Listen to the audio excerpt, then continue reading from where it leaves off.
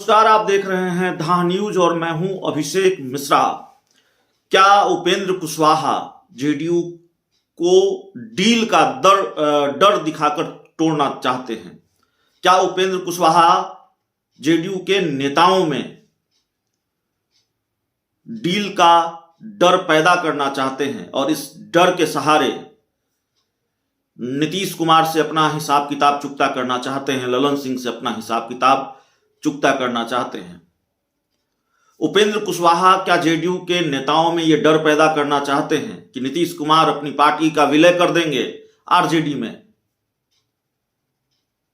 और यह डर पैदा करके उपेंद्र कुशवाहा जेडीयू तोड़ना चाहते हैं, जेडीयू तो तोड़कर अपनी हिस्सेदारी लेना चाहते हैं? क्या यह प्लान है उपेंद्र कुशवाहा का? यह बात हवा में नहीं है, यह सवाल यूं ही नहीं है। उपेंद्र कुशवाहा ने कल की प्रेस कॉन्फ्रेंस से पहले जो प्रेस कॉन्फ्रेंस की थी 5-6 दिन पहले, कर्पूरी ठाकुर की जयंती अपने आवास पर महात्मा फूले समता परिषद के तत्वावधान में मनाई थी, और उसमें उन्होंने कहा था कि बार बार जेडीयू के आरजेडी में विलय की बात सामने आ रही थी, और जब मैंने आवाज उठाई तो यह प्रक्रिया रुक गई। तो क्या यह विलय की प्रक्रिया चल रही थी?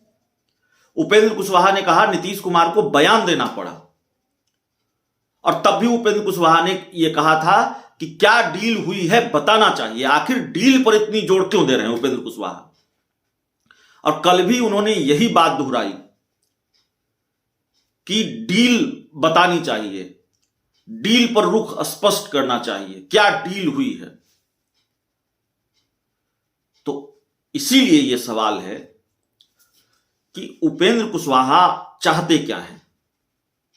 उपेंद्र कुशवाहा डील पर क्यों जोर दे रहे हैं? उपेंद्र कुशवाहा अब उसी भाषा का इस्तेमाल क्यों कर रहे हैं जिस भाषा का इस्तेमाल भारतीय जनता पार्टी कर रही है?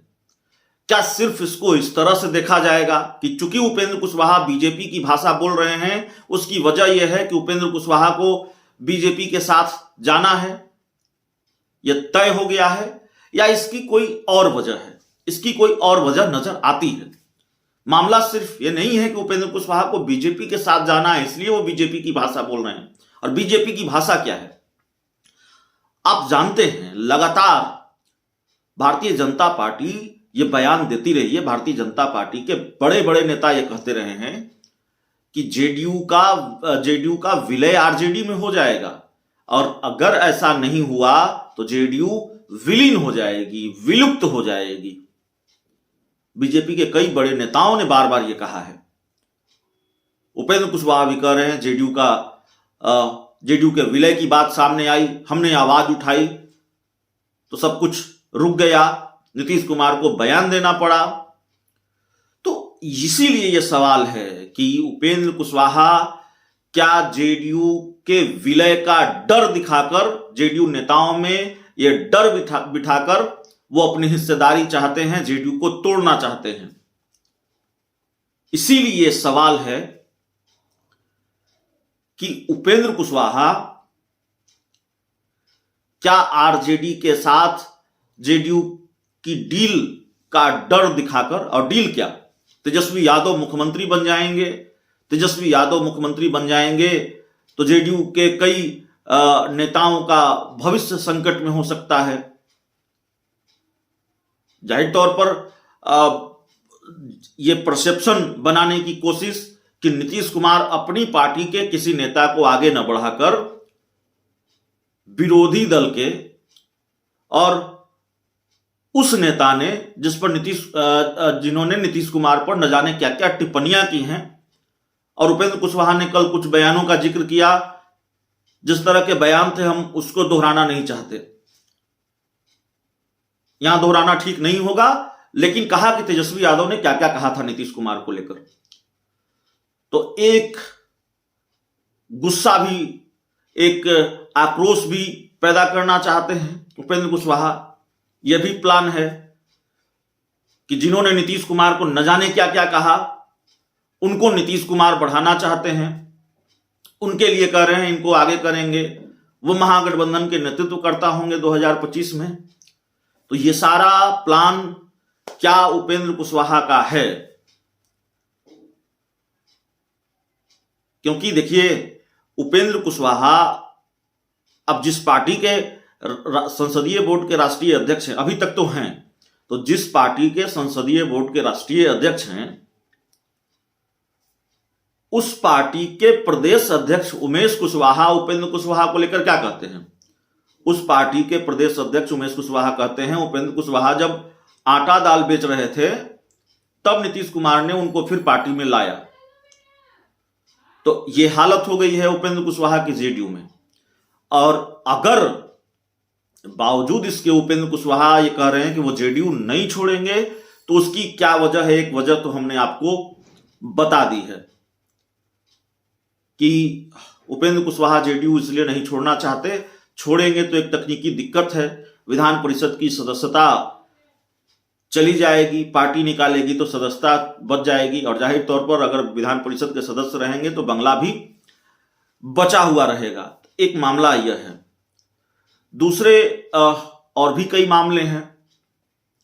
उपेंद्र कुशवाहा पार्टी में अपनी जो हिस्सेदारी लेना चाहते हैं वो ले पाएंगे नहीं ले पाएंगे, यह भी बड़ा सवाल है। क्योंकि जो लोग रालोसपा में थे और रालोसपा का जब विलय जेडीयू में हुआ तो उनके साथ के लोग आज जेडीयू में हैं, और उन्होंने उपेंद्र कुशवाहा का साथ छोड़ दिया है, उनमें से कई लोगों ने। तो उपेंद्र कुशवाहा जेडीयू तोड़ पाएंगे नहीं तोड़ पाएंगे, यह सवाल बड़ा है। लेकिन उपेंद्र कुशवाहा की यह कोशिश जरूर है, जो साफ समझ में आती है। उपेंद्र कुशवाहा राजनीति के बड़े माहिर खिलाड़ी हैं। उपेंद्र कुशवाहा नीतीश कुमार के साथ रहे हैं, तो नीतीश कुमार का बहुत सारा गुण वो जानते हैं। एक तो सरप्राइज वाला गुण हम लोगों ने देखा है उपेंद्र कुशवाहा में भी। कब क्या फैसला लेंगे कहना मुश्किल है।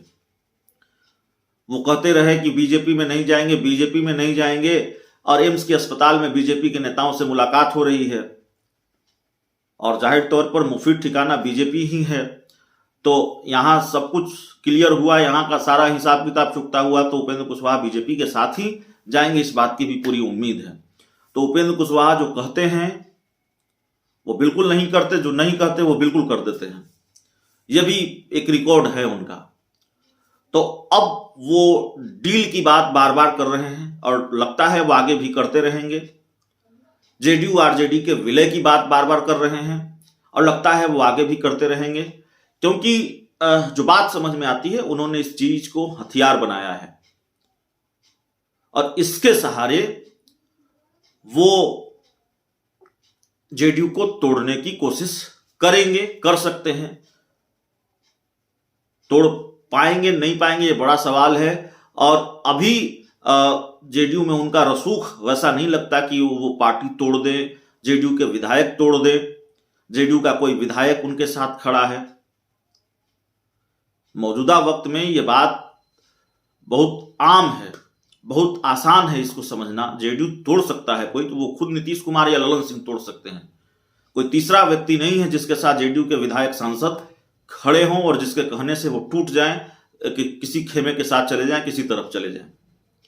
फिर भी उपेंद्र कुशवाहा कोशिश तो कर रहे हैं, और डील का डर दिखाकर, दूसरी तरफ जेडीयू का आरजेडी में विलय का डर दिखाकर उपेंद्र कुशवाहा अपनी राजनीतिक राह आसान करना चाहते हैं, अपना हिस्सा लेना चाहते हैं। बहुत बहुत धन्यवाद।